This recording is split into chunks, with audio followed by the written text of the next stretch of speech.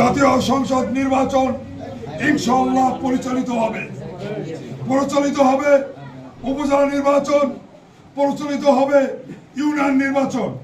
আশা করি আজকে যে কমিটি উপহার দিয়েছেন ইনশাআল্লাহ 71 সদস্য বিশিষ্ট কমিটি উপহার দিয়ে আপনারা অবশ্যই আগামীর প্রতিটি নির্বাচন আমার ধানের শীষের মার্কার প্রার্থীকে ভোট দিয়ে এবং এই কমিটির মাধ্যমে নির্বাচন পরিচালনা করে ইনশাআল্লাহ আমরা ধানের শীষের প্রার্থীকে জয়যুক্ত করে দেশ ও দশের তথা 18 কোটি মানুষের তথা আমাদের এই জেলার, আমাদের এই উপজেলা উন্নয়ন এবং আমাদের এই উপজেলার জনগণ উন্নয়ন সাধিত করব, এই আশাবাদ ব্যক্ত করে আমি আমার সংক্ষিপ্ত বক্তব্য শেষ করছি।